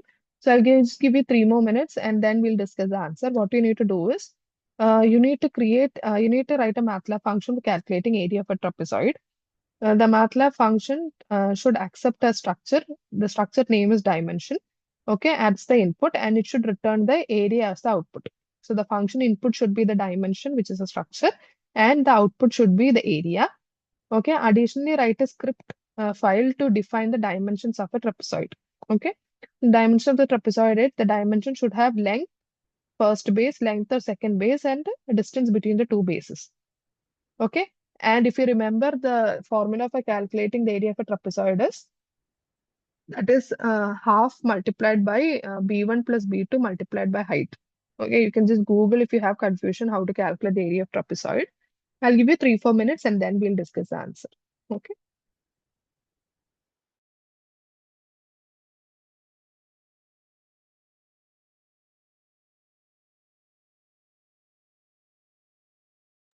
Everybody can keep on writing this one. I've got a question asking what are legends.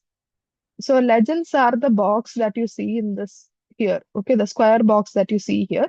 It tells you what each curve represent.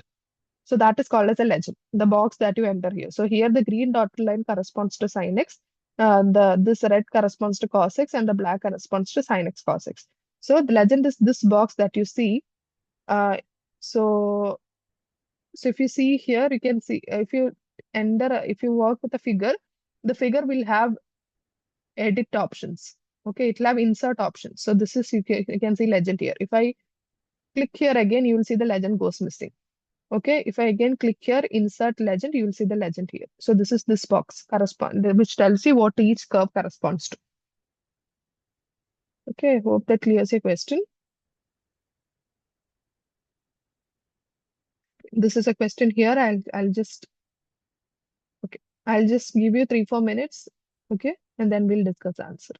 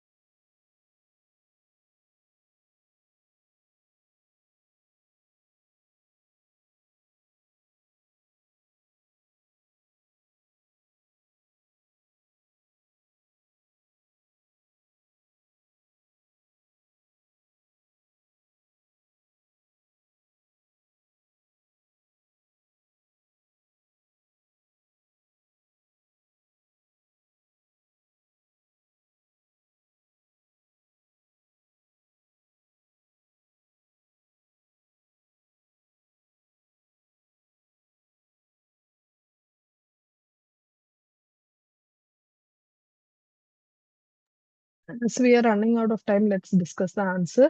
Okay.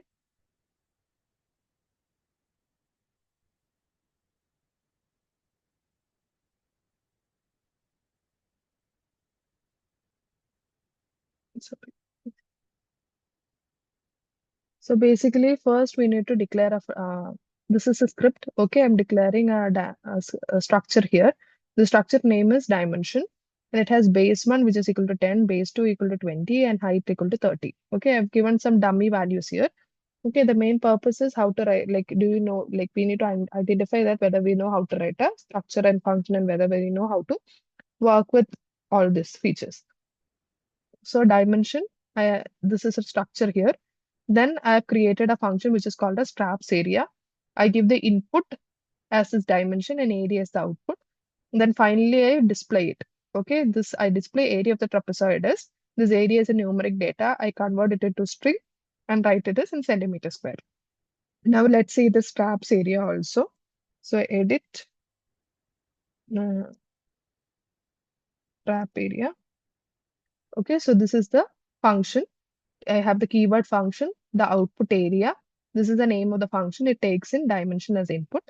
So A is nothing but dimension dot base 1, B is dimension dot base 2, and X is dimension dot height. And this is the area of the trapezoid. Area is equal to 0.5 A plus B, that is the sum of bases multiplied by height. This is the area of the trapezoid, and that goes as the output. Okay, so let's run this. Finally, you will be getting for this base 10, base 20, and height 30, the area of trapezoid will be 450 centimeters square. Anybody having any doubt? This is a script for running, and this is the function code. Any doubt?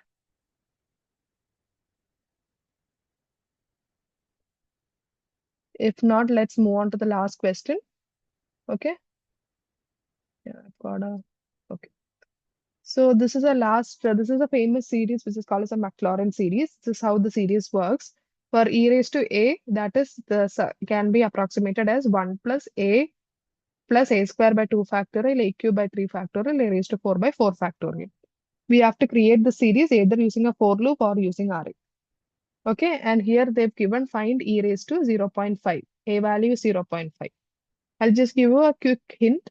You can write this as a raised to 1 by 1 factorial. Okay, so that is 1 plus a raised to 1 by 1 factorial, a raised to 2 by 2 factorial, and so on. Okay, so you can see there is like a pattern in the what you say in the powers, and there is a pattern in the denominator. They are factorials. And for finding factorials easily, you already know the Matlab function prod, right?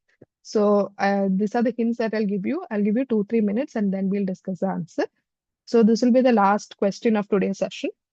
Okay. So we'll discuss in like 2-3 minutes.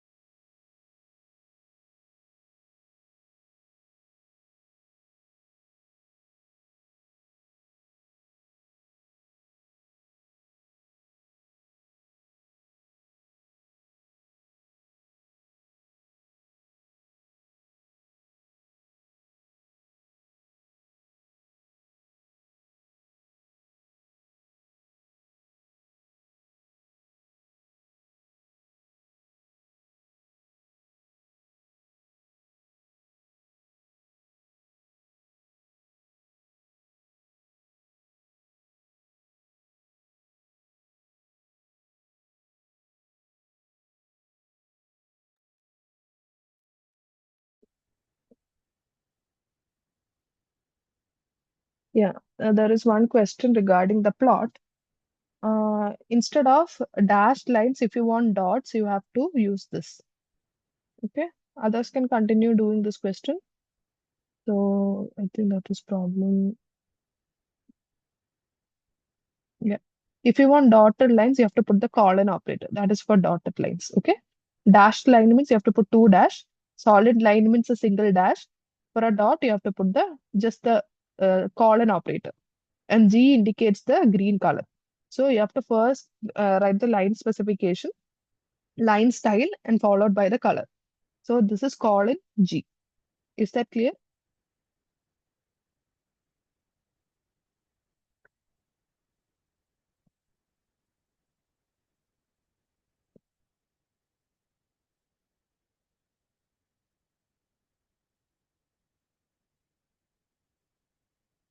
Okay, I hope the doubt is cleared. We have the next question.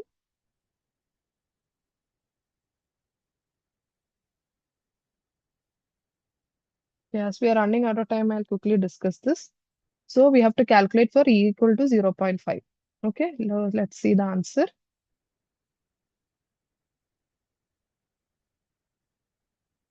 So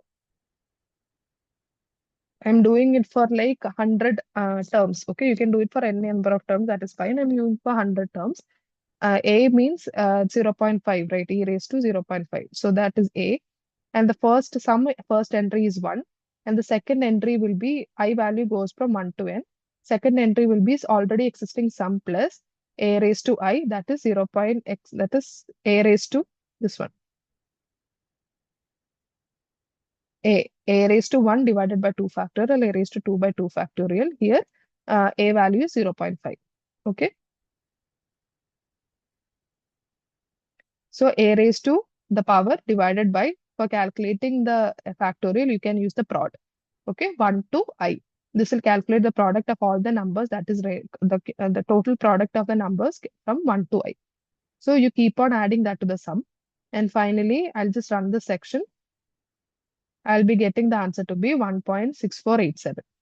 That is one way of doing it using for loop. Otherwise, using array, what do? You first create an array for the numerators. That is A raised to the power. So A raised to 1, A raised to 2, A raised to 3, like that. So that is this.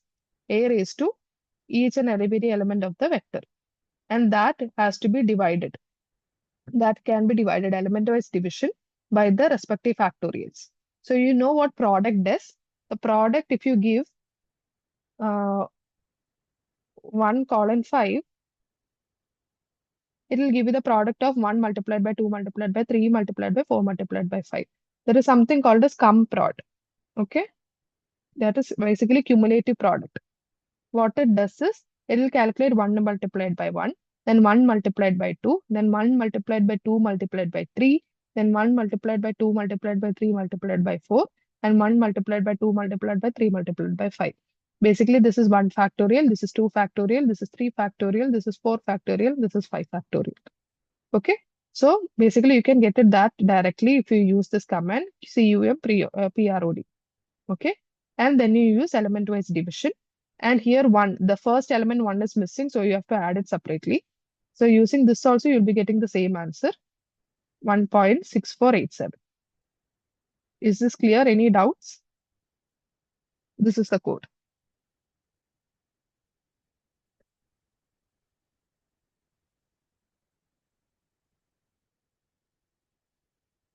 So that will be for today's session. So next week also, Friday 6 to 8, we'll be having the week 3 discussion. And I'll be giving you problems like this. So please do attend next week's recordings also. This week's recordings, I'll try to upload in YouTube as soon as possible, and I'll share the link with you in that Excel sheet that is provided in the website, course website. Okay. So I hope there are no more questions. I'll just wait for 1 more minute and then I'll be ending the session.